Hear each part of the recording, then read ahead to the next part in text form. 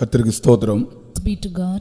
சபை எடுத்துக்கொள்ளப்படுதல் என்ற தலைப்பில் இந்த நாட்களிலே நாம் வேத பாடங்கள் தியானித்து வருகிறோம். In these days we are looking into the Bible study regarding the rapture of the church. நாம் இப்பொழுது கர்த்தருடைய வருகை தாமதிப்பதனுடைய சில காரணங்களை பற்றி தான் ஆராய்ந்து வருகிறோம். Now indeed we are examining certain reasons for which the coming of the Lord delays. அதற்கு 3 காரணங்களை நாம் கடந்த வேத பாட வகுப்பிலே படித்தோம். In the last previous Bible studies we learned about 3 reasons of it. இன்றைக்கு வருகை தாமதிப்பதனுடைய 4ஆம் காரணமும் 5ஆம் காரணமும் சொல்லுகிறேன். Today I am going to tell you the 4th and the 5th reason why the coming of the Lord delays. வருகை தாமதிப்பதனுடைய 4ஆம் காரணம் புறஜாதியாரின் நிறைவு இன்னும் பூர்த்தியாகவில்லை. The 4th reason why the rapture of the Lord is yet delayed because the fullness of the Gentiles had not come in. 5வது காரணம் அந்த சியோனின் எண்ணிக்கை 144,000 இன்னும் நிறைவாகவில்லை. The 5th reason of his delay is that the count of the number of Zion, the 144,000 is not yet fulfilled. இந்த 2 காரியங்களை பற்றி சில சத்தியங்களை உங்களுக்கு நான் சொல்லுகிறேன். I am going to tell you certain truths about these 2 things. வருகை தாமதிப்பதனுடைய 4ஆம் காரணம் புறஜாதியாரின் நிறைவு இன்னும் பூர்த்தியாகவில்லை. The 4th reason why the coming of the Lord delays is because the fullness of Gentiles is not yet come in. நாம் ரோமருக்கு எழுதின நிருபம் 11ஆம் அதிகாரம் 25ஆம் வசனம். Romans chapter 11 verse 25. மேலும் சகோதரரே, நீங்கள் உங்களை புத்திமான்கள் என்று எண்ணாதபடிக்கு ஒரு ரகசியத்தை நீங்கள் அறிய வேண்டும் என்றிருக்கிறேன். அதென்னவெனில், புறஜாதியாருடைய நிறைவு உண்டாகும் வரைக்கும் இந்த இடத்திலே புறஜாதியாரின் நிறைவு என்று ஒரு வார்த்தையை பற்றி படிக்கிறோம். In this portion we read about a word, fullness of the Gentiles. வேதத்திலே ஒரு இடத்தில் புறஜாதியாரின் காலம் என்றும் ஒரு இடத்திலே புறஜாதியாரின் நிறைவு என்றும் 2 வார்த்தைகள் கூறப்பட்டிருக்கின்றன. In another portion of the word of God we see about the word, the time of the Gentiles, and another the fullness of the Gentiles. ஒரு இடத்திலே புறஜாதியாரின் காலம் என்று சொல்லப்பட்டிருக்கு. In one place about the time or the ages of the Gentiles. லூக்கா எழுதின சுவிசேஷம் 21ஆம் அதிகாரம் 24ஆம் வசனத்திலே புறஜாதியாரின் காலம். Luke the Gospel chapter 21 verse 24 we see about the times of the Gentiles. ரோமர் 11 இப்பொழுது நாம் வாசித்த வசனத்திலே புறஜாதியாரின் நிறைவு. And Romans 11:25 says about the fullness of Gentiles. ரெண்டையும் நாம் நன்றாக அறிந்திருக்க வேண்டும். We should well know about these 2. புறஜாதியாரின் காலம் என்றால் என்ன? What is the times of the Gentiles? புறஜாதியாரின் நிறைவு என்றால் என்ன? And what is the fullness of Gentiles? அதை பற்றி நான் ஒரு சில காரியங்கள் சொல்லுகிறேன். I want to say you certain things about it. லூக்கா 21-24 வாசிப்போம். புறஜாதியின் காலம் என்ற ஒரு வார்த்தையை பற்றி படிக்கிறோம். Reading Luke the Gospel 21 verse 24 we read about the times of the Gentiles. பட்டய கருக்கினாலே விழுவார்கள், சகல புறஜாதிகளுக்குள்ளும் சிறைப்பட்டு போவார்கள். புறஜாதியாரின் காலம் நிறைவேறும் வரைக்கும் எருசலேம் புறஜாதியாரால் மிதிக்கப்படும். புறஜாதியாரின் காலம் என்று வாசிக்கிறோம். We read about the times of the Gentiles. ரோமர்கள் நிருபத்திலே புறஜாதியாரின் நிறைவு. In Romans it is written about the fullness of the Gentiles. இதனுடைய விளக்கங்களை நான் உங்களுக்கு சொல்லுகிறேன். I want to explain it. புறஜாதியாரின் காலம் என்றால் என்ன? What is the times of the Gentiles? இரட்சிப்பு, பரிசுத்த ஆவி, தேவனுடைய அனைத்து ஆசீர்வாதங்களையும் பூமியில் உள்ள சகல ஜாதிகளும் அனுபவிப்பதுதான் அந்த காலம்தான் புறஜாதியாரின் காலம். The times of the Gentiles indicates the time in which all the people in the whole world would enjoy salvation, a Holy Spirit and all of the blessings of the Lord. Jehovah தேவனுடைய ஆசீர்வாதங்களை பூமியில் உள்ள சகல ஜனங்களும் அனுபவிக்க வேண்டும் என்றுதான் கர்த்தர் விரும்புகிறார். God desires or God is willing that all the people on the face of the earth should enjoy the blessings of Jehovah God. கர்த்தருக்கு ஸ்தோத்திரம். Praise be to God. புறஜாதியாரின் காலத்தில்தான் சகல ஜாதிகளுக்கும் தேவனுடைய ஆசீர்வாதங்கள். The blessings of God are upon all the people in this times of Gentiles. ஒரு காலத்திலே யெகோவா தேவனுடைய ஆசீர்வாதங்களை மற்ற எந்த ஜாதிகளும் பூமியிலே அனுபவிக்க முடியாது. யூதர்கள் மட்டும்தான் தேவனுடைய ஜனங்களாக இருந்தார்கள். Once none other except the Jews could enjoy the blessings of God Jehovah. யூதர்கள் தான் தேவனுடைய ஜனங்கள். It is only Jews who were the people of God. ஆராதனை என்பது அவர்களுக்கு மட்டும்தான் உரியதாக இருந்தது. And worship belonged only to them. வேற யாரும் அந்த யெகோவா தேவனுடைய ஆசீர்வாதங்களுக்கு உரியவர்கள் அல்ல. None else would belong to blessings of Jehovah. ஆனால் பழைய ஏற்பாட்டின் காலத்திலேயே கர்த்தரை பற்றி சொல்லப்பட்டிருக்கிறது, நீர் ஒரு ஜாதிக்கு மட்டும் தேவனாயிருப்பது அதல்ல தேவனுடைய சித்தம், நீர் பூமியில் உள்ள சகல ஜாதிகளுக்கும் ஜனங்களாக இருக்க வேண்டும் என்று ஏசாயா 49ஆம் அதிகாரத்திலே அதை பற்றி சொல்லப்பட்டிருக்கிறது. நீர் பூமியிலே ஒரு ஜனத்துக்கு தேவன் அல்ல, பூமியில் உள்ள சகல ஜாதிகளுக்கும் தேவன் என்று. In Isaiah chapter 49 it is written, "Thou art the God of all the people of the earth and not for a nation." 49 6ஆம் வசனத்திலே படிக்கிறோம். 49 verse 6. யாக்கோபின் கோத்திரங்களை எழுப்பவும் இஸ்ரவேலில் காக்கப்பட்டவர்களை திருப்பவும் நீர் எனக்கு தாசமாய் இருப்பது அற்ப காரியமாயிருக்கிறது. நீர் பூமியின் கடைசி பரியந்தமும் என்னுடைய இரட்சிப்பாய் இருக்கும்படி உம்மை ஜாதிகளுக்கு ஒளியாகவும் வைப்பேன் என்கிறார். பாருங்கள், இது புறஜாதியாரின் காலத்தை பற்றி சொல்லப்பட்டதான தீர்க்க தரிசனம் தான் இது. This is a prophetical utterance about the time of Gentiles. யாக்கோபின் கோத்திரங்களுக்கு மட்டும் நீர் தேவனாய் இருப்பது அது அற்ப காரியம். It is a light thing that thou shouldest be my servant to the tribes of Jacob. அப்ப அந்த நாட்களில் நம்முடைய தேவன் வெறும் இஸ்ரவேல் கோத்திரங்களுக்கு மட்டும்தான் தேவனாக இருந்தார். In those days our God was only a God to the Jewish tribe. வேற யாரும் அவருக்கு அந்த ஆசீர்வாதங்களை பெற தகுதி அல்ல. And none else were worthy to receive his blessings. அதனால் இங்கே சொல்லப்பட்டிருக்கிறது, யாக்கோபின் கோத்திரங்களை எழுப்பவும் இஸ்ரவேலில் காக்கப்பட்டவர்களை திருப்பவும் நீர் தாசனாய் இருப்பது அற்ப காரியம். Wherefore it is said here, it is a light thing that thou shouldest be my servant to raise up the tribes of Jacob and to restore the preserved of Israel. ஆகையால் கர்த்தர் என்ன செய்தார், நீ பூமியின் கடைசி பரியந்தமும் என்னுடைய இரட்சிப்பா இருக்கும்படி உம்மை ஜாதிகளுக்கு ஒளியாகவும் வைப்பேன். I will also give thee for a light to the Gentiles, that thou mayest be my salvation unto the end of the earth. கர்த்தராகிய தேவன் ஜாதிகளுக்கும் ஒளியாய் மாறினார். As the Lord God became a light to the Gentiles too. அந்த ஜாதிகளுக்கு ஒளியாய் மாறின காலம்தான் இந்த புறஜாதியாரின் காலம். This time of the Gentiles is the time when he became a light to the Gentiles. கர்த்தருக்கு ஸ்தோத்திரம். Praise be to God. அவர் ஜாதிகளுக்கு ஒளியாய் மாறினதான அந்த காரணத்தினால்தான் புறஜாதிகளுக்கு இரட்சிப்பு, பரிசுத்தாவி, தெய்வீக சுகம், வாக்குத்தத்தங்கள் எல்லாம் புறஜாதிகளுக்கு சொந்தமாயிற்று. It is because he became a light to the Gentiles that salvation, Holy Spirit, divine healing promises were all belonging to the Gentiles too. யூதர்கள் இயேசுவை தள்ளினபடினால் புறஜாதிகளுக்கு இரட்சிப்பு வந்தது.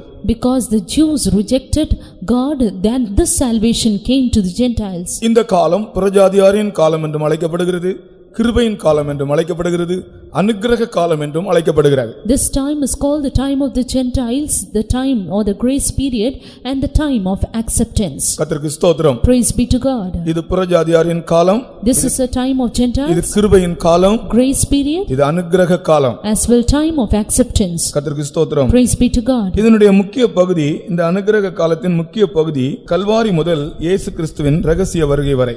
One of the important aspect of this time is, it is from Calvary till the coming of Jesus. இயேசு கிறிஸ்துவினுடைய இரகசிய வருகையோடு இந்த கிருபையின் வாசல் அடைபடும். With the coming of the Lord Jesus, this door of grace will be closed. அதன் பிறகு எந்த புறஜாதியாருக்கும் இரட்சிப்பு இல்லை. After that, no more salvation to any Gentile. கிருபையின் வாசல் இயேசு கிறிஸ்துவினுடைய இரகசிய வருகையோடு அடைபடும். With the secret coming of Jesus, door of grace will be shut. அதன் பிறகு புறஜாதிகளுக்கு இரட்சிப்பு இல்லை, நியாயத்தீர்ப்புதான். After that, only judgment to the Gentiles, no more salvation. புறஜாதிகளின் காலம் கொர்நேலியுவின் வீட்டில் ஆரம்பித்தது. Times of the Gentiles began in the house of Cornelius. ஆகையால் தான் கொர்நேலியு புறஜாதிகளின் முதற்பலன் என்று அழைக்கப்படுகிறான். Wherefore Cornelius is called as the firstborn of the Gentiles. புறஜாதிகளின் முதற்பலன் யார்? Who is the firstborn of Gentiles? Cornelius. Cornelius. கொர்நேலியுவின் வீட்டிலே அப்போஸ்தலனாகிய பேதுருவை கர்த்தர் அனுப்பினார். And the Lord sent Apostle Peter to the house of Cornelius. கொர்நேலியுவுக்கு ஒரு தரிசனத்தை காண்பித்தார். He showed him a vision. பேதுருவுக்கும் தரிசனத்தை காண்பித்தார். And a vision to Peter too. கர்த்தருக்கு ஸ்தோத்திரம். Praise be to God. கர்த்தர் புறஜாதியருடைய வீட்டிலே அப்போஸ்தலர்களை அனுப்பினார். The Lord sent his apostles to the house of Gentiles. இந்த நாட்களை பற்றி நாம் படிக்கும்போது, when we read about this time, நாம் இப்ப ஜீவிக்கிற இந்த நாட்களில் உலகத்தில் 3 ஜாதிகள் இருக்கிறார்கள். there are 3 kinds of people or nation in this world. முதலாவது எழுத்தின்படி யூத ஜாதிகள் இருக்கிறார்கள். One, literally Jews. இரண்டாவது யூதர்கள் அல்லாத மற்றெல்லா புறஜாதிகளும் ஒரு ஜாதிகளாக இருக்கிறார்கள். Secondly, all of the Gentiles other than the Jews are a nation. அதல்லாமல் தேவனுடைய சபை, அவர்கள் பரிசுத்த ஜாதி என்று அழைக்கப்படுகிறார்கள். அந்த பரிசுத்த ஜாதி என்ற ஒரு கூட்டம் இந்த உலகத்தில் இருக்கிறது. And other than this, the church of God is an holy nation, which is a group found in this world. முதலாவது யூதர்கள் இருக்கிறார்கள். First of all, the Jews. அடுத்தது எல்லா புறஜாதிகளும் இந்த உலகத்தில் காணப்படுகிறார்கள். Secondly, all the Gentiles in this world. இவர்களை அல்லாமல் ஒரு கூட்டம் ஆட்கள் பரிசுத்த ஜாதி என்று அழைக்கப்படுகிறார்கள், அதுதான் சபை. And another group of people called the holy nation, which is the church. எல்லா ஜாதிகளிலிருந்தும் கர்த்தராகிய இயேசு கிறிஸ்துவின் மூலமாய் சுத்திகரிக்கப்பட்டு பரிசுத்தமாக்கப்பட்டதான ஜனங்கள் பரிசுத்த ஜாதி. அவர்கள் ஒரு கூட்டம் ஜனமாக இந்த உலகத்தில் இப்பொழுது ஜீவித்து வருகிறார்கள். This holy nation is presently found living in this world as a group of people who were sanctified by the blood of Jesus. இதுதான் புறஜாதியாரின் காலம். This is the time of Gentiles. கர்த்தருக்கு ஸ்தோத்திரம். Praise be to God. இந்த புறஜாதியாரின் காலத்தை அனுக்கிரக காலம் என்றும் சொல்லலாம் என்று நான் சொன்னேன். I told you that this can be also called as the time of acceptance. இன்றைக்கு இந்த அனுக்கிரக காலத்திலே அல்லாவிட்டால் இந்த புறஜாதியாரின் காலத்திலே அல்லாவிட்டால் இந்த கிருபையின் காலத்திலே சம்பவிக்கக்கூடிய 6-7 காரியங்களை உங்களுக்கு நான் சொல்லட்டும். I want to mention you 6 or 7 things which would take place in this grace period, time of Gentiles or time of acceptance. அனுக்கிரக காலத்திலே In this time of acceptance, மீட்பர் இயேசு வருவார். our Redeemer Jesus will appear. அப்படியே அவர் வந்து அவர் இந்த உலகத்திலே ஜீவன் கொடுத்து மரித்து அடக்கம் பண்ணப்பட்டு உயிரோடு எழுந்து பரமேறி போனார். He likewise came down to the earth. He suffered, died, rose again and ascended up to heaven. கர்த்தருக்கு ஸ்தோத்திரம். Praise be to God. கிருபையின் காலத்தின் தொடக்கம் கர்த்தராகிய இயேசு கிறிஸ்துவின் ஊழியம். The beginning of grace period is the ministry of Jesus. அவர் வந்து இந்த உலகத்திலே 33 வருடம் ஜீவித்து அவர் 3 வருடங்கள் ஊழியம் செய்து கல்வாரியிலே மரித்து அடக்கம் பண்ணப்பட்டு உயிரோடு எழும்பி பரலோகத்துக்கு போனார். He came into this world, lived for 33.5 years, ministered for 3.5 years, suffered, died, buried and was rose again and ascended up to heaven. அதன் அனுக்கிரக காலத்தின் தொடக்கம். This is the beginning of time of acceptance. இப்பொழுதும் கர்த்தராகிய இயேசு கிறிஸ்து நேற்றும் இன்றும் என்றும் மாறாதவராய் இம்மானுவேலனாய் நம்மோடு இருக்கிறார். And even now Jesus is with us as Emmanuel, as the same yesterday, today and forever. அன்றைக்கு அவர் சரீரத்தில் இந்த உலகத்தில் இருந்தார். On that day he was in this world in this body. இன்றைக்கு அவர் அதரிசனமானவராய் நம் ஒவ்வொருவரோடும் இருக்கிறார். While today he is with every one of us as an invisible God. கிறிஸ்து மகிமையின் நம்பிக்கையாய் நமக்குள் இருக்கிறார். Christ in us as the hope of glory. அதை விசுவாசிக்கிறவர்கள் கரங்களை உயர்த்தி கொஞ்ச நேரம் கர்த்தரை ஸ்தோத்திரம் பண்ணுவோம் இந்த கிருபையின் காலத்துக்காக. ஆமென். ஸ்தோத்திரம் ஸ்தோத்திரம் ஸ்தோத்திரம் ஸ்தோத்திரம் ஸ்தோத்திரம் ஸ்தோத்திரம் ஸ்தோத்திரம் ஸ்தோத்திரம் ஸ்தோத்திரம். அப்படி என்றால் இது கிருபையின் காலமாக இருந்தாலும் இந்த கிருபையின் காலத்தில் ஜீவிக்கிறவர்கள் இயேசு கிறிஸ்து உடையவர்களாக இருந்தால்தான் அவர்கள் கிருபையின் காலத்தில் இருக்கிறார்கள். Though it be a dispensation of grace, only those who are with Jesus Christ are in this grace period. எத்தனையோ ஜனங்கள் கிருபையின் காலத்தில் ஜீவிக்கிறார்கள், ஆனால் அவர்கள் கிறிஸ்து இல்லாதபடியால் அவர்கள் இந்த கிருபையின் காலத்துக்கு அந்நியராய் இருக்கிறார்கள். There are many people who live in this dispensation, but still because they are without Christ, they are outside this grace period. கர்த்தருடைய இரக்கத்தினால கிருபையினாலே இந்த கிருபையின் காலத்தில் அந்த மீட்பர் இயேசு இந்த இரட்சகர் இயேசுவை நாம் நம்முடைய சொந்த இரட்சகராய் ஏற்றுக்கொள்ள கர்த்தர் நமக்கு தருணம் தந்தார். By the mercies and the grace of God, God has given us an opportunity to accept our Redeemer Jesus as a personal Savior. இயேசு இல்லாத ஜீவியம் கிருபை இல்லாத ஜீவியம். A life without Jesus is a life without grace. இயேசு இல்லாத ஜீவியம் சத்தியம் இல்லாத ஜீவியம். A life without Jesus is a life without truth. இயேசு இல்லாத ஜீவியம் ஜீவன் இல்லாத ஜீவியம். A life without Jesus is a life without life. இயேசு இல்லாத ஒரு மனிதனை ஒரு நடை பிணம் என்று சொல்லலாம். A man without Jesus can be called as a mobile corpse. கிறிஸ்தவன் என்று சொல்றாங்க, ஆனா அவங்களுடைய ஜீவியத்துல கிறிஸ்து இருக்காது, கிறிஸ்துவே இருக்க மாட்டார். One calls himself a Christian, but you cannot find Christ in his life. கிறிஸ்து இல்லாத ஒரு மனுஷனை பார்த்தால் தெரியும். You can well know a man who is without Christ. நீ கிறிஸ்தவனா என்றால் கிறிஸ்தவன் என்று சொல்லுவாங்க, ஆனால் அதே சமயத்தில் அவர்களுக்குள்ள கிறிஸ்துவே இருக்க மாட்டார். When asked, they say I am a Christian, but Christ is not in their lives. கிறிஸ்து நமக்குள்ளே மகிமையின் நம்பிக்கையாக வாசமாக இருக்கிறார். But Christ is dwelling in us as the hope of glory. கர்த்தருக்கு ஸ்தோத்திரம். Praise be to God. அதுவே அந்த ரகசியமாக இருக்கிறது. That is the mystery. கிறிஸ்து இல்லாமல் ஜீவித்தால் அவர்களுடைய ஜீவியத்தை பார்க்கும்போது தெரியும். If you live without Christ, while looking at their life, we can understand them. நான் கூட ஒரு காலத்திலே கிறிஸ்தவன் என்று அழைக்கப்பட்டேன், ஆனால் கிறிஸ்து இல்லாமலே ஜீவித்தேன்.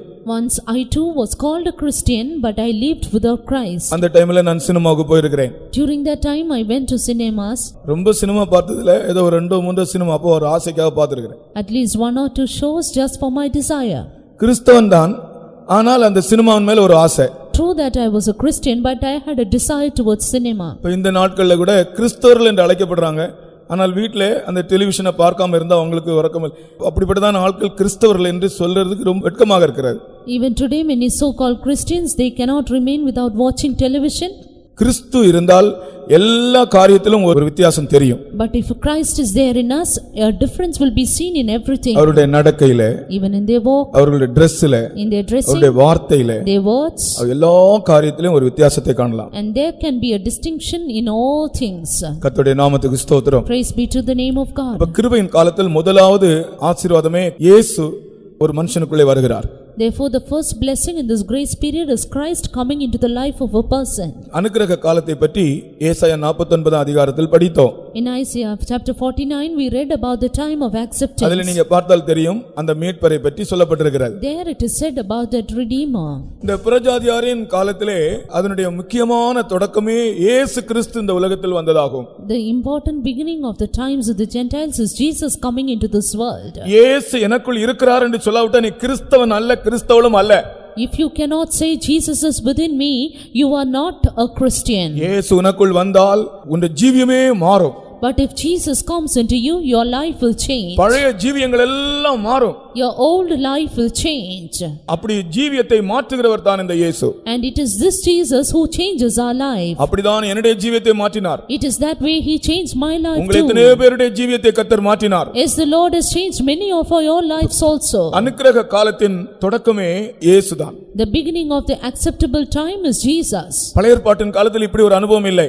There was none such experience in the Old Testament. ஆனால் புறஜாதியாரின் காலத்திலே இந்த கர்த்தராகிய இயேசு கிறிஸ்து ஒவ்வொருவருக்குள்ளும் வருகிறார். But in this time of the Gentiles, Jesus Christ comes into every one of our hearts. இயேசுவோடு உள்ள ஜீவியம்தான் இந்த புறஜாதியாரின் காலத்தில் நாம் செய்கிற இந்த கிருபையின் காலத்தில் ஜீவியம். Our life in this acceptable time, in this grace period, is a life with Jesus. அடுத்ததாக இந்த கிருபையின் காலத்தில் பாவ மன்னிப்பு.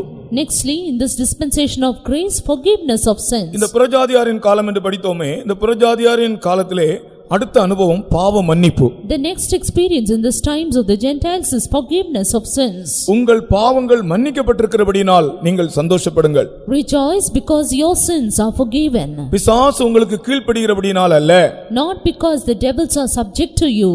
உங்கள் பாவங்கள் மன்னிக்கப்பட்டிருக்கிறபடியால் நீங்கள் சந்தோஷப்படுங்கள். But rather rejoice because your sins are forgiven. இந்த கிருபையின் காலத்தில் உள்ள ஒரு திட்டவட்டமான அனுபவம் பாவங்கள் மன்னிக்கப்படுகிறது. Therefore one of the definite experience in this grace period is the forgiveness of sins. ஏன்னா பழைய ஏற்பாட்டில் எப்படி? Then how is it in the Old Testament? பழைய ஏற்பாட்டில் அவர்களுடைய பாவங்கள் மூடப்பட்டிருந்தது. In the Old Testament their sins were only covered. ஆகையால் தான் ஒரே பாவத்துக்காக அநேக முறை பலி செலுத்தினார்கள். Wherefore they offered sacrifice many times for a same sin. இன்றைக்கு ஒரு பாவம் செய்வாங்க, அதுக்கு பலி செலுத்துவாங்க. அதே பாவத்தை நாளைக்கும் செய்வாங்க, நாளைக்கும் ஒரு பலி செலுத்துவாங்க. Today they offer sacrifice for a sin, tomorrow again for the same sin they offer another sacrifice. நிறைய மிருகங்கள் இருந்தா நிறைய பாவங்கள் செய்யலாம். If they have many animals they can commit many sins. ஆனால் புதிய ஏற்பாட்டில் அப்படி இல்லை. But not so in the New Testament. ஒரு பாவியாகிய ஸ்திரியை இயேசு மன்னித்தார். Jesus forgave a sinner woman. மன்னித்துவிட்டு என்ன சொன்னார்? Forgiving her, what did he say? இனிமேல் பாவம் செய்யாதேம்மா. Sin no more. இனிமேல் பாவம் செய்யாதே. Sin no more. அதுதான் இந்த கிருபையின் காலத்தினுள்ள ஜீவியம். That is a life in this grace period. ஒரு காலத்திலே நீ செய்த பாவத்தை திரும்பி நீ செய்ய மாட்டாய். You will no more commit the sin which you had once committed. கர்த்தர் பாவங்களை மன்னித்தார். The Lord has forgiven your sins. அதிலிருந்து விடுதலை. A deliverance from it. கர்த்தருக்கு ஸ்தோத்திரம். Praise be to God. அடுத்ததாக இந்த அனுக்கிரக காலத்திலே கர்த்தர் நமக்கு செவி கொடுக்கிறார். In this acceptable time the Lord hears us. ஏசாயா 49:8 படிக்கிறோம். Isaiah chapter 49 verse 8. அனுக்கிரக காலத்தில் செவி கொடுக்கிறார். He hears us in the acceptable time. செவி கொடுக்கிறார் என்றால் என்ன அர்த்தம்? What does it mean hearing us? நம்முடைய ஜெபங்களை கேட்கிறார். He hears our prayers. புறஜாதிகளுடைய ஜெபங்களையும் கர்த்தர் கேட்கிறார். The Lord hears the prayers of the Gentiles. ஆகையால் இந்த புறஜாதியாரின் காலத்தில் இந்த அனுக்கிரக காலத்தில் ஒரு விசேஷமான அனுபவம் கர்த்தர் ஜெபங்களை கேட்கிறார். One of the peculiar experience in this acceptable time of the Gentiles is that God hears our prayers. அவர் அனுக்கிரக காலத்திலே அவர் செவி கொடுக்கிறார். He hears us in the acceptable time. செவி கொடுக்கிறார்னா கேட்கிறார்னு அர்த்தம். அதாவது நம்முடைய ஜெபங்களை கேட்கிறார். He hears us means hearkens to our prayers. ஜெபம் என்பது ஒரு முக்கியமான அனுபவம். Prayer is an important experience. கர்த்தருக்கு ஸ்தோத்திரம். Praise be to God. பாருங்க, கிறிஸ்தவர்களை துன்பப்படுத்திக் கொண்டிருந்த சவுல் வழியிலே கர்த்தர் அவனை சந்திக்கிறார். வழியிலே சந்தித்து அந்த சூரிய ஒளியிலே கண் போய்விட்டது. அனனியாவை அனுப்புகிறார். கண் பார்வை கிடைத்தது. அதற்கு முன்னாலே அவன் அனனியாவை அனுப்புவதற்கு முன்னாக வழியிலே பார்வையை இழந்து ஒரு சீமோன் என்கிறவனுடைய வீட்டிலே ஜெபம் பண்ணி கொண்டிருந்தான். We see that Saul, who was persecuting the Christians, the Lord met him on the way. He became blind and he went to the house of Simon and was praying. கர்த்தர் சொல்லுகிறார், அனனியாவிடத்திலே சொல்லுகிறார், நீ போ, நேர்த்தெரு என்னப்பட்ட தெருவிலே சிமியோன் என்னப்பட்டவனுடைய வீட்டிலே அவன் ஜெபம் பண்ணி கொண்டிருக்கிறான். யாரு? இவ்வளவு நாளும் கிறிஸ்தவங்களை துன்பப்படுத்தி கொண்டு கொண்டிருந்ததான அந்த கொலையாளி இப்ப ஜெப வீரனாக மாறி இருக்கிறான். This man who was a murderer, killing many Christians, has now become a prayer warrior. And the Lord said to Ananias, go to the house of Simon and you can see that Saul praying there. கிறிஸ்தவன் என்று சொன்னாலே அவனுக்குள்ள அந்த ஆவி இறங்கிருது. முதலாவதே அவன் ஜெபிக்கிற அவனாய் அவனை மாற்றுகிறார். A true Christian is the one who has the genuine spirit of prayer. ஜெபிக்காதவன் கிறிஸ்தவன் அல்ல. A man who has no prayer is no Christian. நீ ஜெபிக்காவிட்டால் நீ கிறிஸ்தவன் அல்ல, கிறிஸ்தவனும் அல்ல. கண்டிப்பா எழுதி வைத்துக்க. If you don't pray, you are not a Christian. உன்னுடைய வீட்டிலே நீ ஜெபிக்காதவனா இருந்தால் அது கிறிஸ்தவனுடைய வீடு அல்ல. If you don't have prayer in your house, it's not a Christian house. ஒரு மணி நேரமாகலும் தனியே நீ தேவனோடு ஜெபிக்காவிட்டால் நீ கிறிஸ்தவன் அல்ல. If you cannot pray personally with God for 1 hour, you are not a Christian. நீ ஒரு நாள் தனி ஜெபம் ஒரு மணி நேரமாவது, குடும்ப ஜெபம் அல்ல, குடும்ப ஜெபம் கணக்கு கிடையாது. தனியே நீ தேவனோடு ஒரு மணி நேரமாவது ஜெபிக்காவிட்டால் நீ கிறிஸ்தவன் அல்ல. If you don't have at least a 1 hour prayer, a personal prayer, you are not a Christian. இந்த ஒரு மணி நேரம் என்று நான் சொன்னது நான் அல்ல, இயேசுவே சொன்னதுதான். ஒரு மணி நேரமாவது என்னோடு விழித்திருக்க கூடாதா? Jesus himself said, will you not watch with me at least for 1 hour? ஏனென்றால் புறஜாதியாரின் காலத்திலே ஒரு முக்கியமான அனுபவம், அவர் நம்முடைய ஜெபங்களை கேட்கிற தேவன். Because one of the important experience in this time of the Gentiles is he is a God who answers our prayers. வாசிங்க 49 அதிகாரம் 8 வசனத்திலே அவர் செவி கொடுத்து, வாசிங்கள். பின்னும் கர்த்தர் அனுக்கிரக காலத்திலே நான் உமக்கு செவி கொடுத்துன்னு சொல்றது அவர் நம்முடைய ஜெபங்களை கேட்பதை காண்பிக்கிறது. I have heard thee means he answers our prayers. சகோதரனே சகோதரியே, இது கிருபையின் காலம், புறஜாதியாரின் காலம். இந்த காலத்திலே உனக்கு செவி கொடுக்கிற ஒரு தேவன் இருக்கிறார். Brother and sister, this is a grace period, the time of the Gentiles, and God hears your prayers in this time. உன்னுடைய வாழ்க்கையின் எந்த பிரச்சனையானாலும் ஜெபத்தின் மூலம் நீ அவருக்கு தெரிவிக்கலாம். Whatever be the problem in your life, you can reveal it to him through your prayer. அவர் ஜெபத்தை கேட்கிறவராய் இருக்கிறபடியால் நீ கைவிடப்பட்டவன் அல்ல, கைவிடப்பட்டவள் அல்ல. Because he is a God who hears your prayers, you are not a forsaken one. உனக்கு யாருமே இல்லாவிட்டாலும் உன் ஜெபத்தை கேட்கிற ஒரு தேவன் இருக்கிறார் என்று ஒரு அல்லேலூயா சொல்லுங்கள். அல்லேலூயா. எனக்கு இந்த உலகத்துல யாருமே இல்லாவிட்டாலும் என் ஜெபத்தை கேட்கிற ஒரு தேவன் இருக்கிறார். Though I don't have anyone else for me in this world, I have a God who hears my prayers. அதன் அனுக்கிரக காலத்தில் தேவன் செய்கிற இன்னொரு காரியம், This is another thing God does in this acceptable time. அது மட்டுமல்ல, அனுக்கிரக காலத்தில் தான், இந்த புறஜாதியாரின் காலத்தில் தான் பரிசுத்த ஆவியின் அபிஷேகம் பொழியப்படுகிறது. Not only that, Holy Spirit is being poured upon the church only in this time of the Gentiles. அப்போஸ்தலர் நடவடிக்கைகள் 2ஆம் அதிகாரத்திலே நாம் படிக்கும்போது, Acts of the Apostle chapter 2, நான் மாம்சமான யாவர் மேலும் என் ஆவியை ஊற்றுவேன். I will pour my spirit upon all flesh. அதன் புறஜாதியாரின் காலம். This is the time of the Gentiles. கிருபையின் காலம். The grace period. நான் மாம்சமான யாவர் மேலும் என் ஆவியை ஊற்றுவேன். I will pour my spirit upon all flesh. அது இந்த புறஜாதியாரின் காலத்தில் உள்ள ஒரு விசேஷமான அனுபவம். This is a speciality of this time of the Gentiles. புறஜாதியாரின் காலம் முடியும்போது இந்த பரிசுத்த ஆவியினுடைய அபிஷேகம் இருக்காது. At the end of this time of the Gentiles, Holy Spirit will be no more here. புறஜாதியாரின் காலத்துக்கு முன்னேயும் இந்த பரிசுத்த ஆவியினுடைய அபிஷேகம் இதுபோல பொழிந்தருளப்படவில்லை. And even before the time of the Gentiles, such an outpouring of the Spirit was not there. இப்போ நமக்கு இருக்கிற ஒரு பெரிய பாக்கியம் என்னவென்றால் பரிசுத்த ஆவியானவர் பொழிந்தருளப்படுகிறார். But one of the great privileges assigned to us in this period is Holy Spirit has been poured into us. இன்னொரு வார்த்தையில் அதை நான் சொல்கிறேன், தேவன் மனுஷனை அபிஷேகம் பண்ணுகிறார். To say in other words, God anoints man. ஒரு சாதாரண மனுஷனா இருந்தாலும், Though an ordinary being he உலகத்துல is, நீ ஒரு தாழ்ந்த ஜாதி என்று சொல்லப்பட்டாலும், though you are belonging to a low caste in this world, உலகத்துல பெரிய ஜாதி, சிறிய ஜாதி, தாழ்ந்த ஜாதி, உயர்ந்த ஜாதி என்றெல்லாம் சொல்றாங்க. there are low and high castes in this world. யாரா இருக்கட்டும், Whoever it may be, புறஜாதியாரின் காலத்திலே எந்த ஜாதியா இருந்தாலும் கர்த்தர் உன்னை அபிஷேகம் பண்ணுகிறார். To whichever nation you may belong to, the Lord anoints you in this time of Gentiles. அந்த வசனத்தை வாசிங்கள். அப்போஸ்தலர் நடவடிக்கைகள் 2:17. Acts of the Apostle chapter 2 verse 17. கடைசி நாட்களில் நான் மாம்சமான யாவர் மேலும் என் ஆவியை ஊற்றுவேன், அப்பொழுது உங்கள் குமாரரும் உங்கள் குமார்த்திகளும் தீர்க்கதரிசனம் சொல்வார்கள். போதும். கடைசி நாட்கள் என்று சொல்லப்பட்டிருக்க இந்த புறஜாதியாரின் காலம். Last days here mentioned says about the time of Gentiles. கர்த்தர் பரிசுத்த ஆவியை பொழிந்து கொண்டிருக்கிறார். The Lord is pouring out his spirit. அந்த வார்த்தை நிறைவேறிவிட்டது. The word is fulfilled now. கர்த்தர் அபிஷேகம் பண்ணி கொண்டே இருக்கிறார். Yes, the Lord is anointing. ஆகையால் அவருடைய வருகை இன்னும் சீக்கிரமாக இருக்கிறது. Therefore his coming is fast approaching. எந்த இடத்திலும் பார்த்தாலும் பரிசுத்தாவினுடைய அபிஷேகம் பொழிந்தருளப்பட்டு கொண்டிருக்கிறது. You can look anywhere to see around the outpouring of the Spirit. நாம் கூட கூடி வரும்போதெல்லாம் அந்த அபிஷேகம் நம்மேல் ஊற்றப்பட வேண்டும். And all the time we gather together, this anointing should be poured upon us. சபையாக நாம் கூடி வரும்போதெல்லாம் பரிசுத்தாவினுடைய அபிஷேகம் நம்மேல் ஊற்றப்பட வேண்டும். Even in the gathering of the church, anointing of Holy Spirit should be upon us. கர்த்தருக்கு ஸ்தோத்திரம். Praise be to God. நல்ல ஆவியில் நிரம்ப வேண்டும். We should get filled in the Spirit wells. பரிசுத்த ஆவியினால நாம் நிரம்பும்போது When we get filled in the Spirit of God, பாவத்தை குறித்தும் நீதியை குறித்தும் நியாயத்தீர்ப்பை குறித்தும் கண்டித்து உணர்த்துவார். He will reprove us of sin, righteousness and judgment. நல்ல அபிஷேகம் நமக்கு தேவை. We need a good anointing. புறஜாதியாரின் காலத்திலே இந்த பரிசுத்த ஆவி ஊற்றப்படுகிறது. In this anointing is poured upon us in this time of Gentiles. நீ பரிசுத்த ஆவியை பெற்றாயா? Have you received the Holy Spirit? நீ ஆவியிலே நிரம்புகிறாயா? Are you getting filled with anointing? உன்னுடைய ஜீவியத்தினுடைய உத்தேசம் என்ன? What is the purpose in your life? நீ புறஜாதியாரின் காலத்திலே இருக்கிறாய், நீ உன்னுடைய நோக்கம் என்ன? You are in this time of the Gentiles, and what is your purpose? பணம் சம்பாதிப்பதல்ல. It's not to earn money, குடும்பம் நடத்துவதல்ல. not to lead your family. உன்னுடைய ஜீவியத்தின் நோக்கம் என்ன? But what is the purpose in your நீ life? அபிஷேகம் பண்ணப்பட்டாயா? Are you anointed? உன்னுடைய ஜீவியம் அபிஷேகம் பண்ணப்பட்ட ஜீவியமாக இருக்கிறதா? Is your life an anointed one? இது கடைசி கால தூது. This is the last day's message. இது சாதாரணமாக உங்களுக்கு சொல்ல முடியாது. I cannot say it to you in an ordinary way. இனி நாட்கள் இல்லை. No more time. புறஜாதியாரின் நிறைவு வரப்போகிறது. The fullness of Gentiles is to come in. கர்த்தர் பரிசுத்த ஆவியினால் எத்தனையோ பேர் அபிஷேகம் பண்ணி கொண்டிருக்கிறார். The Lord is anointing many with his Holy Spirit. கிட்டத்தட்ட 2000 வருஷங்களாக அபிஷேகம் பொழியப்பட்டு கொண்டே இருக்கிறது. And for 2000 years this anointing has been showered. எத்தனையோ புறஜாதியார் பரிசுத்த ஆவி பெற்றுட்டாங்க. Many Gentiles have already received Holy Spirit. முதல்ல அபிஷேகம் பெற்றது அந்த கொர்நேலியும் அவனுடைய வீட்டாரும். The Cornelius and his household first of all received the Holy Spirit. உன்னுடைய மனைவி அபிஷேகம் பெற்றாளா? Is your wife anointed? நீ கேட்டாயா? நீ அபிஷேகம் பெற்றாயா என்று கேட்டாயா? Have you asked her, did you receive Holy Spirit? கர்த்தருக்கு ஸ்தோத்திரம். Praise be to God. உன்னுடைய புருஷன் அபிஷேகம் பெற்றானா?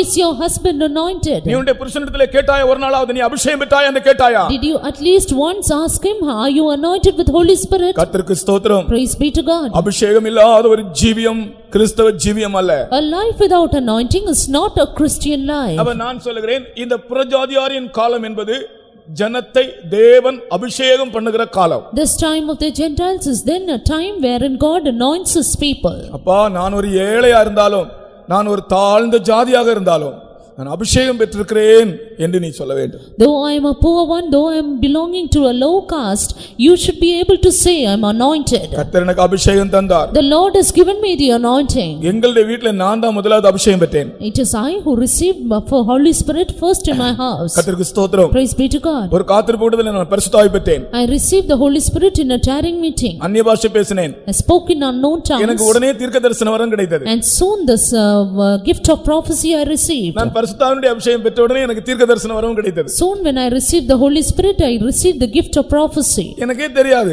I did not know of myself. நான் என்ன அறியாமலே தீர்க்கதரிசனம் சொல்லிக் கொண்டிருந்தேன். Without my knowledge, I started to prophesy.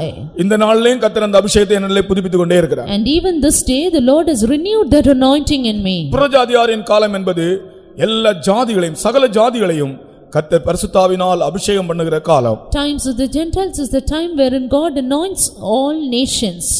ஒரு நாள் இந்த பரிசுத்த ஆவியானவர் இந்த பூமியிலிருந்து எடுத்துக்கொள்ளப்படுவார். But one day Holy Spirit will be taken away from this earth. அது பிறகு அபிஷேகம் கிடையாது. After that no more anointing. ஆகையால் அபிஷேகம் பெறாதவர்கள் எல்லாரும் பரிசுத்த ஆவியின் அபிஷேகத்தை பெற்றுக்கொள்ளுங்கள், இயேசு சீக்கிரம் வருகிறார். Therefore all those who are not anointed receive the anointing of Holy Spirit.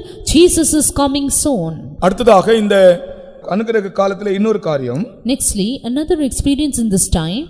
தேவன் மனுஷனுக்கு கிருபை தருகிறார். The Lord grants grace to man.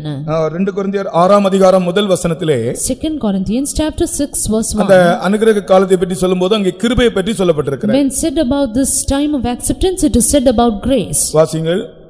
தேவனுடைய கிருபையை நீங்கள் விருதாவாய் பெறாதபடிக்கு உடன் வேலையாட்களாகி நாங்கள் உங்களுக்கு புத்தி சொல்கிறோம். கீழே அனுக்கிரக காலத்திலே நான் உனக்கு செவி கொடுத்து இரட்சணிய நாளிலே உனக்கு உதவி செய்தேன் என்று சொல்லி இருக்கிறாரே, இதோ இப்பொழுதே அனுக்கிரக காலம், இப்பொழுதே இரட்சணிய நாள். பாருங்கள், இந்த இடத்துல கிருபையை பற்றி பவுல் பேசுகிறார். Here St. Paul speaks about grace. அனுக்கிரக காலத்தில் கிருபையை கர்த்தர் தருகிறார். The Lord grants grace in this acceptable time. இதுதான் நாம் கிருபை பெற வேண்டிய நாட்கள். These are the days wherein we have to receive grace. தேவ சமூகத்தில் போனால் நமக்கு கிருபை கிடைக்கும். When we run to the presence of God, we receive grace. அந்த கிருபை பெற்ற உடனே நம்முடைய வாழ்க்கை ஒரு பத்திரமான வாழ்க்கையாக மாறுகிறது. No sooner we receive grace, our life becomes a defensed one. கர்த்தருக்கு ஸ்தோத்திரம். Praise be to God. இந்த கிருபையை நாம் ஒவ்வொரு நாளும் பெற்றுக்கொள்ள வேண்டும். Yes, we have to receive this grace of God every day. ஒவ்வொரு நாளும் புதிய புதிய கிருபைகளை நமக்கு தருகிறார். He grants us new grace every day. அதாவது நம்முடைய ஜீவியத்திற்கும் நாம் ஆண்டவருக்கு செய்கிற ஊழியத்திற்கும் இந்த கிருபை நமக்கு வேண்டும். For the life or the ministry or service we offer to God, we need grace. கிருபை தான் ஒரு மனுஷனை நிலைநிறுத்துகிறது. Grace establishes a person. கிருபை தான் ஒரு மனுஷனுடைய இருதயத்தை ஸ்திரப்படுத்துகிறது. Grace establishes a man's heart. ஒரு மனுஷன் தீர்மானம் பண்ணுகிறான், A man makes a decision. கிருபை தான் அவனை ஸ்திரப்படுத்துகிறது. It is grace which establishes him. இல்லாவிட்டால் சந்தர்ப்பம் வரும்போது என்ன செய்வான்? ஒரு மனுஷன் வழுகி போவான். Or else a man will slip away or away at situations. உன் இருதயத்தை ஸ்திரப்படுத்துவதற்காக, நீ ஒரு ஸ்திரமான ஜீவியம் செய்வதற்காக இந்த கிருபை உனக்கு அவசியம். But this grace is essential for you that your heart may be established and you will have a stable life. இந்த கிருபை இல்லாவிட்டால் ஒரு 5 நாள் ஆண்டவருக்காக ஜீவிப்போம், 6வது நாள் நாம் திரும்பவும் அதே பழைய இடத்துக்கு வந்து விடுவோம். If we don't have this grace, 5 days we may live according to the decision and the 6th day we come out of it. அப்படிதானே இன்றைக்கு अनेகர் ஆண்டவர் ஒரே விதமாக ஜீவிக்க முடியவில்லை. That's how many are unable to live a stable before God. அனுக்கிரக காலத்திலே கிருபை அளிக்கிறார். But he grants grace in the acceptable time. நான் இதை என்னுடைய இருதயத்தின் ஆழத்திலிருந்து சந்தோஷத்தோடு உங்களுக்கு சொல்லுகிறேன். அருமையான தேவனுடைய ஜனங்களே, நாம் கிருபை பெறுகிறதான நாட்கள் இந்த நாட்கள் தான். With rejoicing from the depth of my heart I advise you, people of God, that these are the times we receive the grace of God abundantly in our lives. கர்த்தருடைய ஊழியக்காரிகளே, நாம் தேவனுடைய கிருபை பெறுகிற நாட்கள் இந்த நாட்கள் தான். Ye servants of God, these are the days and times we receive the grace of God. நீ கர்த்தருடைய கிருபை பெற்றுக்கொண்டால் உனக்கு எந்த விஷயத்தை குறித்தும் பயம் இல்லை. Once you receive the grace of God, you need not be afraid of anything else. கிறிஸ்தவ ஜீவியமே கிருபையின் ஜீவியம். Christian life is a graceful life. இன்றைக்கு கிறிஸ்தவர்களுக்கு இது தெரியவில்லை. But many Christians don't know this. கிருபை என்பது ஆண்டவருக்காக நாம் தனித்து நிற்க நமக்கு உதவி செய்கிறது. Grace helps us to stand alone with God. கிருபை என்பது ஆண்டவருடைய ஐஸ்வரியம் முழுவதும் நமக்கு சொந்தமாக்க உதவியா இருக்கிறது. Grace helps us to receive the riches of God all for ourselves. ஒரு முறை ஒரு பாஸ்டர் கிருபை பற்றியும் இரக்கத்தை பற்றியும் சொன்னார். Once a pastor said about grace and mercy. பழைய ஏற்பாட்டின் காலத்திலே இரக்கம், mercy in the Old Testament, ஆனா கிருபை என்பது கிறிஸ்துவின் மூலமா தான் வெளிப்பட்டது, இயேசு மூலமா. while grace appeared only through Jesus. பழைய ஏற்பாட்டின் காலத்துல கிருபை என்று சொல்லப்பட்டிருந்தாலும் கிருபை அல்ல, அது இரக்கம் தான். Though it's said about the word grace in the Old Testament, it's only mercy. பழைய ஏற்பாட்டின் காலத்துல கிருபாசனம் இருந்ததே, அதற்கு இங்கிலீஷ்ல பாருங்க, கிருபாசனம் என்று சொன்னா கூட இங்கிலீஷ்ல mercy seat. Mercy seat in the Old Testament. ஆனா புதிய ஏற்பாட்டுல கிருபாசனத்தண்டை தைரியமாய் சேர கடவோம். ஆனா புதிய ஏற்பாட்டுல பாருங்க, அது mercy seat இல்ல, கிருபாசனம், the throne of grace. While throne of grace in the New Testament. அப்ப கிரேஸ் என்று சொல்லுகிறது புதிய ஏற்பாட்டின் அனுபவம். Therefore grace is a New Testament experience. அந்த இரக்கத்துக்கும் இந்த கிருபைக்கும் உள்ள வித்தியாசம் என்ன என்று ஒரு பரிசுத்தவான் சொன்னார். A saint said about a difference between grace and mercy. ஒரு பணக்காரனுடைய வீட்ல ஒரு பிச்சைக்காரன் போய் பிச்சை கேட்டானா. A beggar went and asked for alms in a rich man's house. இவன் ₹1 ₹2 எதிர்பார்த்தான் போனான். He went expecting 1 or 2 rupees. அந்த பணக்காரன் அவனுக்கு ₹100 கொடுத்தான். But the rich man gave him a 100 rupee note. என்ன சந்தோஷம்! What a great joy! இதுதான் பழைய ஏற்பாட்டின் காலத்து பரிசுத்தவான்களுக்கு கிடைத்த சந்தோஷம். This is the joy Old Testament saints received. அவனுக்கு இரக்கத்தினால ₹100 கிடைத்தது. Out of his mercy he received 100 rupees. அப்படினால் புதிய ஏற்பாட்டில் கிருபை என்றால் என்ன என்று சொன்னார். While what did he say about grace in the New Testament? அதே பணக்காரன் That same rich man இந்த பிச்சைக்காரனை வீட்டுக்குள்ளே கூப்பிட்டு invited the beggar into his house. அவனுக்கு புதிய துணிகள் கொடுத்து, gave him a new dress, அவனுக்கு ஆகாரம் கொடுத்து, and food, தன்னுடைய சொத்தெல்லாம் அவனுக்கு பேருக்கு எழுதி வைத்து விட்டான். and wrote all his property down to his name. இதுதான் புதிய ஏற்பாட்டின் கிருபை. This is the grace in New Testament. நாம் இயேசு கிறிஸ்துவினுடைய கூட joiners, அதாவது உடன் பங்காளிகள். We are joined as with Jesus. கர்த்தருக்கு ஸ்தோத்திரம். Praise be to God. பேங்க்ல ரெண்டு பேருடைய ஜாயிண்ட் அக்கவுண்ட்ல பணம் போடுறது போல, as we put cash in the joint account in the bank, அவருடைய ஐஸ்வர்யம் எல்லாம் நமக்கு வந்தது. All his riches are come for us. அதுதான் அவருடைய கிருபையின் ஐஸ்வர்யம். That is the riches of his grace. ஆகையால் புதிய ஏற்பாட்டின் காலத்தில் கிருபை பெறாமல் இருந்தால் ஒரு நாள் தோல்வியாகத்தான் இருக்கும். Therefore, if we don't receive grace in this New Testament time, we will have failure. உங்களுக்கு விளங்கக்கூடிய விதத்தில் சொல்லித் தரேன். அந்தந்த நாளுக்குரிய கிருபையை நீங்கள் பெறாவிட்டால் அந்தந்த நாளிலே உங்களுடைய வாயினால பாவம் செய்திருப்பீங்க, உங்க கண்ணுனால பாவம் செய்திருப்பீங்க, உங்களுடைய மாம்ச இச்சையினால பாவம் செய்திருப்பீங்க, தவறான காரியங்கள் செய்திருப்பீங்க, மாதிரியா ஜீவிச்சிருக்க மாட்டீங்க. இது அந்தந்த நாளிலே பெற வேண்டிய கிருபையை நீங்கள் பெறாவிட்டால், அந்தந்த நாளிலே பெற வேண்டிய கிருபை நீங்கள் பெற்று பாருங்கள்.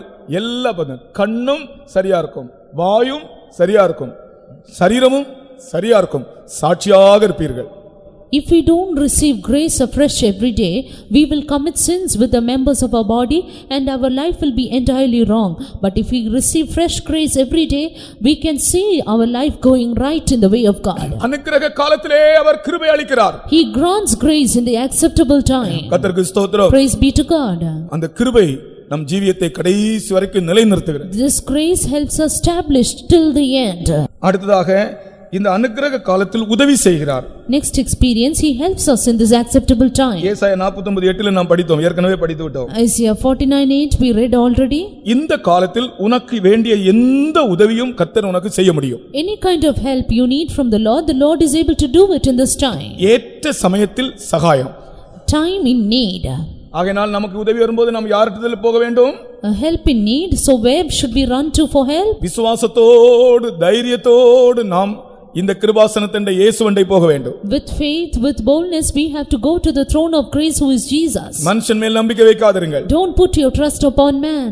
நீங்கள் விசுவாசத்தோடு இந்த இயேசுவண்டை போங்கள். But with faith, go to Jesus. அனுக்கிரக காலத்தில் அவர் உதவி செய்கிறார். He helps you in this acceptable time. அடுத்தது, Nextly, அனுக்கிரக காலத்தில் ஒரு ஊழியத்தை ஏற்படுத்தி இருக்கிறார். he has appointed a ministry in this acceptable time. அதைத்தான் நாம் கொரிந்தியரிலே வாசித்தோம். That is what we read in the book of Corinthians. வாசிங்கள் 2 கொரிந்தியர் 6ஆம் அதிகாரம் 2 Corinthians chapter 6 verse 3. அனுக்கிரக காலத்திலே நான் உனக்கு செவி கொடுத்து இரட்சணிய நாளிலே உனக்கு உதவி செய்தேன் என்று சொல்லி இருக்கிறாரே, இதோ இப்பொழுதே அனுக்கிரக காலம், இப்பொழுதே இரட்சணிய நாள். இந்த ஊழியம் குற்றப்படாதபடிக்கு நாங்கள் யாதொன்றிலும் இடரல் உண்டாக்காமல் எவ்விதத்தினாலேயும் எங்களை தேவ ஊழியக்காரராக விளங்க பண்ணுகிறோம். பாருங்கள், இந்த அனுக்கிரக காலத்திலே புறஜாதியாரின் காலத்திலே கர்த்தர் செய்த இன்னொரு காரியம், அவர் இப்படிப்பட்ட ஒரு ஊழியத்தை ஏற்படுத்தினார். Another thing the Lord has done in this time of the Gentiles, he has appointed such a kind of ministry. இது இந்த புறஜாதியாரின் காலத்திலே, இந்த அனுக்கிரக காலத்திலே தேவன் புறஜாதியாரின் நிறைவு என்ற ஒரு வார்த்தை படித்தோமே, புறஜாதியாரின் நிறைவு உண்டாகும்படி இந்த காரியத்தை செய்தார். இப்ப சொன்ன இத்தனை காரியங்களும் புறஜாதியாரின் நிறைவுக்காக செய்தார். The Lord has done all these things in this time for the fullness of Gentiles to come in. புறஜாதியாரின் நிறைவு என்றால் என்ன? What is the fullness of Gentiles? எல்லா ஜாதிகள் மத்தியிலிருந்து ஒரு கூட்டம் ஜனங்கள் ரட்சிக்கப்படுவதும் அல்லது பூரண ரட்சிப்பை அடைவதும், அதுதான் புறஜாதியாருடைய நிறைவு. One group of people being saved or attaining a perfect salvation is the fullness of Gentiles. புறஜாதியார் மத்தியிலே ஒரு கூட்டம் ஜனங்கள் ரட்சிக்கப்பட்டு பூர்ணமடைய வேண்டும். அது எவ்வளவு என்று சொல்லப்படவில்லை, அது ஆண்டவருக்கு தெரியும். It is not written about the count here, but a group of Gentiles should be saved or attain perfect salvation. It is in the mind of God. அந்த நிறைவை அடையும்படியாகத்தான், but in order to attain that fullness, இப்ப நான் சொன்னதான் அந்த மீட்பர் இயேசு பாவ மன்னிப்பு, ஜெபத்தை கேட்கிறார், கிருபை தருகிறார், தெய்வீக சுகம் தருகிறார், உதவி செய்கிறார். இந்த ஊழியத்தை கர்த்தர் ஏற்படுத்தினார். I told about all these blessings in this or experiences in this time, and he has appointed this in order to attain the fullness. அதுதான் இந்த சபை. That is this church. இந்த புறஜாதியாரின் காலம் முடியும் போது அதன் பிறகு சபை இருக்காது. At the end of this time of Gentiles, the church will be no more. இப்ப கர்த்தராகிய இயேசு கிறிஸ்துவினுடைய வருகை சமீபமாகிவிட்டது. The coming of our Lord Jesus is fast approaching. முழு உலகத்தில் இந்த சபை ஸ்தாபிக்கப்பட்டு கொண்டிருக்கிறது. This church is established in the whole world. கர்த்தர் நம்மை இந்த சபையின் மூலம் ஆயத்தமாக்கி கொண்டிருக்கிறார். The Lord is making us prepared through this church. அப்ப இயேசு கிறிஸ்துவினுடைய வருகையை தாமதிப்பதன் காரணம் இந்த புறஜாதியாரின் நிறைவு உண்டாகும்படியாக. Therefore one delay for the coming of the Lord Jesus is that the fullness of Gentiles may come in. அதை தாமதம் என்று சொல்லாமல் அவருடைய நீடிய பொறுமை என்று சொல்ல வேண்டும். Not calling it as a delay, you have to call it as a long suffering of Jesus. புறஜாதியாராகிய நீயும் ரட்சிக்கப்பட்டு பூரணப்படும்படியாக அவர் தாமதித்துக் கொண்டிருக்கிறார். He is delaying his coming that you who are a Gentile also may attain this fullness. உனக்குள்ளே இந்த அனுபவம் இல்லை. You don't have this experience. நீ எத்தனை வருஷம் கிறிஸ்தவளாய் இருக்கிற உனக்குள்ள இந்த அனுபவம் இன்னும் வரவில்லை. You are a Christian for so many years, but you don't have such an experience. இயேசு கிறிஸ்து தாமதமாவது உனக்காகத்தான். The delay of the coming of Jesus is just for you. இன்றைக்கு நீ அவர் வந்தால் நீ கைவிடப்பட்டு விடுவாயே. Because you will be forsaken if he would appear today. உன்னுடைய கதி என்ன ஆகும்? What would be your fate? ஆகையால் அவர் உன்மேலும் என்மேலும் நீடிய பொறுமையா இருக்கிறார். Wherefore he is long suffering toward you and me. புறஜாதியாரின் நிறைவுக்காக. For the fullness of Gentiles. அடுத்த பக்கத்திலே நாம் பார்க்கும்போது On the other hand, ஐந்தாவது காரணம், the fifth reason, சியோனின் எண்ணிக்கை பூர்ணமாகும்படியாக, that the count of Zion may be fulfilled. அது ஒரு எண்ணிக்கை கொடுக்கப்பட்டிருக்கிறது. There's a count for it. 1,44,000. 1,44,000. அதை நீங்கள் வெளிப்படுத்தின விசேஷம் 14 அதிகாரத்திலே வாசிக்கலாம். We can read it in book of Revelation chapter 14. உங்கள் வீடுகளிலே போய் வெளிப்படுத்தின விசேஷம் 14 அதிகாரத்தை வாசித்தால் இந்த 1,44,000 பேரை பற்றி படிக்கலாம். Go to home, read 14th chapter of book of Revelation. You can read about this count. இந்த எண்ணிக்கை பூர்ணமாகும்படி அவருடைய வருகை தாமதிக்கிறது. His coming delays in order because for the fulfillment of this number. இந்த 1,44,000 பேர் யார்? Who are this 1,44,000? இவர்கள் ஆண்டவருடைய ஊழியக்காரர்கள். The servants of God. கர்த்தருக்கு ஸ்தோத்திரம். Praise be to God. ஸ்திரீகளால் தங்களை கரைப்படுத்தாதவர்கள். These are they who are not defiled with women. கற்புள்ளவர்கள். Virgins. ஆட்டுக்குட்டியானவர் எங்கே போனாலும் அவரை பின்பற்றுகிறவர்கள். These are they who follow the lamb whithersoever he goeth. இப்படி அந்த 14 அதிகாரத்திலே சில தகுதிகள் சொல்லப்பட்டிருக்கிறது. There are certain qualifications mentioned in this 14th chapter. அப்படிப்பட்ட ஜீவியம் செய்கிறவர்களுடைய எண்ணிக்கை 1,44,000.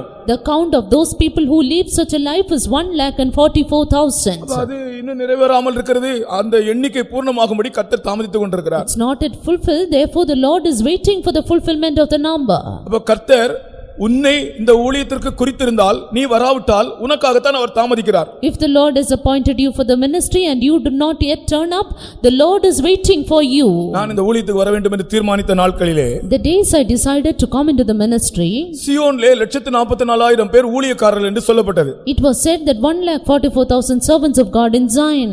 அப்ப நான் எனக்கு கர்த்தர் தந்த ஒரு எண்ணம் என்னவென்றால், You know what's the intention God gave in my நான் heart? ஊழியத்துக்கு போகாவிட்டால் இந்த 1,44,000 பேருடைய எண்ணிக்கை பூர்ணமாகாதே. If I don't go into the ministry, this number will not be fulfilled.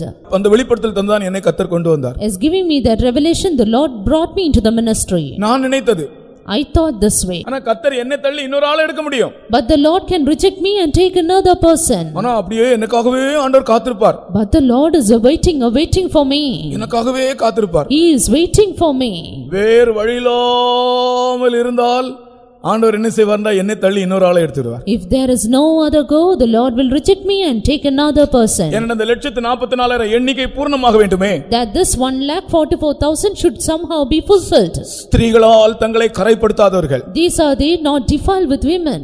கற்புள்ளவர்கள், Virgins they are. ஆட்டுக்குட்டியானவர் எங்கே போனாலும் அவரை பின்பற்றுகிறவர்கள். They have followed the lamb whithersoever he goeth. அப்படிப்பட்ட ஊழியக்காரர்களுடைய எண்ணம் 1,44,000 எண்ணம் ஆனாதான் ஆண்டவருடைய வருகை இருக்கும். Only the count of such servants of God, when it touches 1,44,000, the coming of the Lord will be there. கர்த்தருக்கு தெரியும் அந்த எண்ணிக்கை பூர்ணம் ஆயிருக்கா இல்லையா என்று. The Lord knows whether the count is fulfilled or not. நாம் நினைச்சிட்டு இருப்போம் அது இன்னும் பூர்ணமாகவில்லை, இன்னும் 10 வருஷம் ஆகும், 15 வருஷம் ஆகும் என்று நினைப்போம். We may think that it will take time, 10 or 15 years for the fulfillment. சிலர் நாளைக்கு அது பூர்ணமான நாளைக்கு கர்த்தருடைய வருகை இருக்கும். If it is going to be fulfilled tomorrow, the Lord will come tomorrow. அது ஊழியக்காரர்களுடைய பூரணத்தை காண்பிக்கிறது. This signifies the perfection of the servants of God. ஆகையால் ஊழியக்காரர்களே நாம் ஒவ்வொருவரும் நம்முடைய ஜீவியத்தின் பூரணத்தை குறித்து ஜாக்கிரதையாக இருக்க வேண்டும். Wherefore servants of God, let us all be very careful about our perfection. அதனால் தான் பிசாசு என்ன செய்கிறான்? Therefore what does the devil do? வானத்தின் நட்சத்திரங்களில் 1/3 வாளால் இழுத்து கீழே தள்ளினானாம். 1/3 part of the stars in heaven he pulled them down with his tail. வானத்தின் நட்சத்திரங்களில் 1/3 வாளால் இழுத்து கீழே தள்ளினானாம். 1/3 of the stars in heaven he pulled them down with his tail. வாள் என்று சொல்லுகிறது பொய் போதகங்கள். Tail shows deceptive teachings. உடைய தந்திரமான போதனைகள். His subtle teachings. அப்படியே அந்த 1/3 ஊழியக்காரரை நட்சத்திரங்களை அப்படியே இழுத்து கீழே தள்ளினான். 1/3 of the stars, the servants of God, are pulled down with his tail. அதனால் தான் ஊழியக்காரர்கள் தங்களுடைய பிரதிஷ்டைகளை விட்டு கீழே போகிறார்கள். Therefore we see servants of God coming down from their consecration. கர்த்தருக்கு ஸ்தோத்திரம். Praise be to God. இயேசு கிறிஸ்துவினுடைய வருகை தாமதிப்பதன் 5ஆம் காரணம் இன்னும் இந்த 144,000 எண்ணிக்கை பூர்ணமாகவில்லை. Fifth reason for the delay of the coming of Jesus is that this 1,44,000 is not yet fulfilled. நான் அடுத்த பைபிள் ஸ்டடிக்கு இதை தெளிவாய் சொல்லி தருகிறேன். Next Bible study I'll explain you clearly. கர்த்தரை ஸ்தோத்திரம் பண்ணுவோம். ஸ்தோத்திரம் ஸ்தோத்திரம் ஸ்தோத்திரம் ஸ்தோத்திரம் ஸ்தோத்திரம்.